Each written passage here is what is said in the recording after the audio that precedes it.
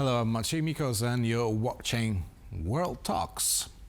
With Kamala Harris and Donald Trump neck and neck in the last days of the presidential campaign in the US, the race doesn't seem to lose the pace. Who will become the next US president and what does it mean for the rest of the world? To discuss it, we are joined by Maria Skóra, Political Analyst and Policy Fellow at das Progressive Zentrum. Expert in American politics, obviously. Good evening. Hi, good evening. Thank you for having me. Thank you for accepting our invitation. So, what's the atmosphere there? Because, we used to say that the election day is a feast of democracy, but is it really a feast of democracy in the US, given past events such as storming of the Capitol by Donald Trump's supporters not that long ago? Well, I think election is always a feast of democracy and a festival of democracy. And where we're standing at, as you rightfully mentioned, the race is neck and neck. It's a very intense campaign. The candidates are rallying in those 7 battleground states, and they were in the southern states, if I'm not mistaken, and Georgia and North Carolina yesterday.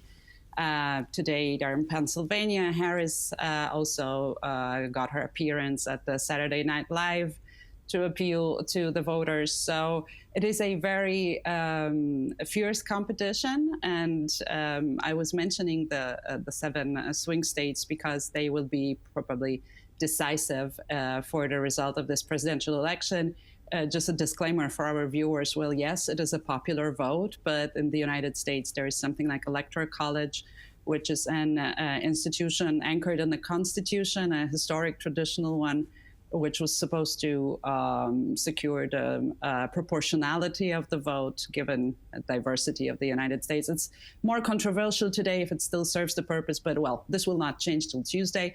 So a long story short, these 7 battleground states, swing states, have not yet decided, or it's still unclear who will win the popular vote in these elections, and therefore the campaign focuses there, especially in Pennsylvania, which has 19 electoral votes, but also North Carolina, Georgia, Michigan with 15 votes.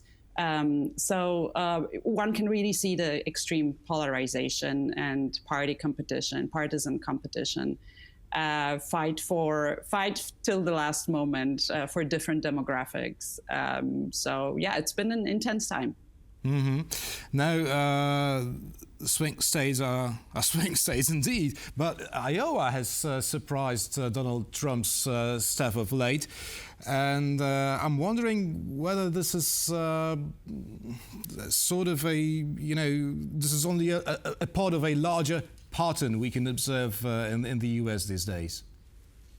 So yeah, that's a good observation. In Iowa, apparently Democrats have the upper hand now. So it usually was a red state and turning Democratic. I think Colorado is a similar situation where traditionally Republican states are, due to demographic change, turning Democrat. Well, the United States is a very interesting country because it is, in a way, a laboratory of demographic change. It is a country of many nationalities, ethnicities. And so this campaign is also a fight for very specific, diverse segments of the electorate. So there are many appeals to women, also to young people, Black voters, Black men in particular, Hispanics, who traditionally represent a little bit lower voter turnout. So depending on which demographic we're speaking, different, both candidates, Kamala Harris and Trump, have their hopes in winning them. So also their messaging is directed at the demographics of the voters and voter groups that they hope to convince to vote for them. So who in the end will choose the next American president? Minorities, women? Who will it be? I think it depends what we're looking at. Definitely, well, if we look at the topics of this campaign, the leading topic is the economy. And it's about inflation, it's about the cost of living, it's about small businesses. Donald Trump is talking a lot about tariffs, bringing back the manufacturing jobs home, which is particularly important for the Midwest, the so-called Rust Belt, formerly known as Steel Belt. So that's working class. But secondly, I would say cultural or worldview topics are as important. For example, access to abortion. Wade versus Roe was scrapped by the Supreme Court. So now access to abortion is rather determined at the state level. And this, in turn, is a hope for Democrats to mobilize women around this topic, mobilize young people. I think it sounds very familiar to a situation in Poland last year. Women's rights has been a very mobilizing, a topic with a lot of mobilization potential. Yesterday, there was a big women's march here in Washington, D.C., many participating. And of course, it also had a very clear political message, which was for women's rights, support Kamala. For women, if you're for women's rights, don't vote Trump. So there are different messages, different strategies. Immigration is also a topic that is very present in this campaign on the southern border, with Donald Trump even talking about mass deportations of undocumented migrants, which at the same time are pivotal, are crucial for example, American agriculture.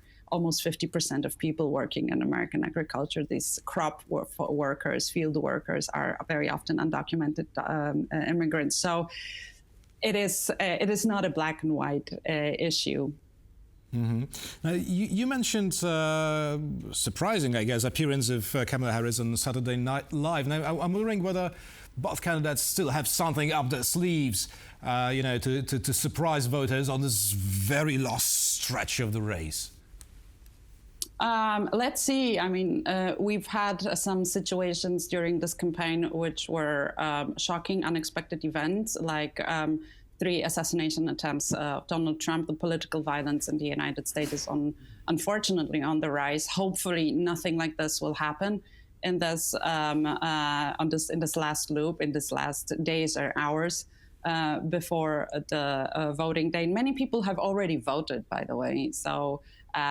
Many voters have already made their mind. However, the election will be decided on the day of the elections. Let's see what happens in the Middle East. In these elections, the situation, the foreign policy plays quite an important role. On the one hand, it's the situation, the approach, or the role the United States plays for Ukraine, and in that,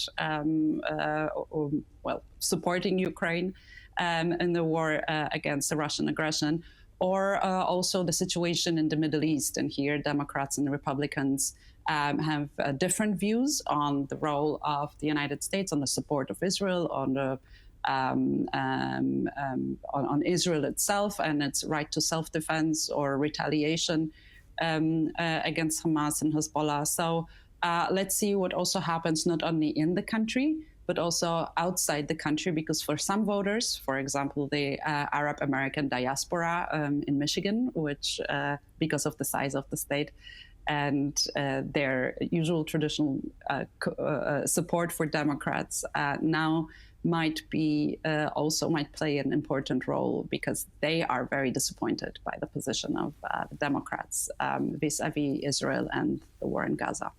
Let's talk about Ukraine a bit longer. I have a quote from Hungarian Prime Minister Viktor Orban, who said that if America becomes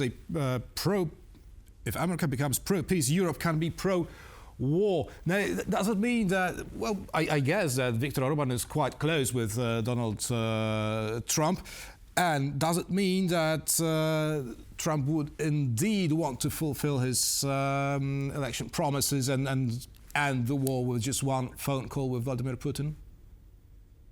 Well, look, I think it's very difficult to assess what Donald Trump would do or not do, because he's talking a lot and not necessarily then doing what he says. At the same time, he's quite unpredictable. We don't know who actually will be in his closest circle of decision makers. But I can talk definitely about the opinion polls and what the American public would want to see as a U.S. Role outside in the global arena.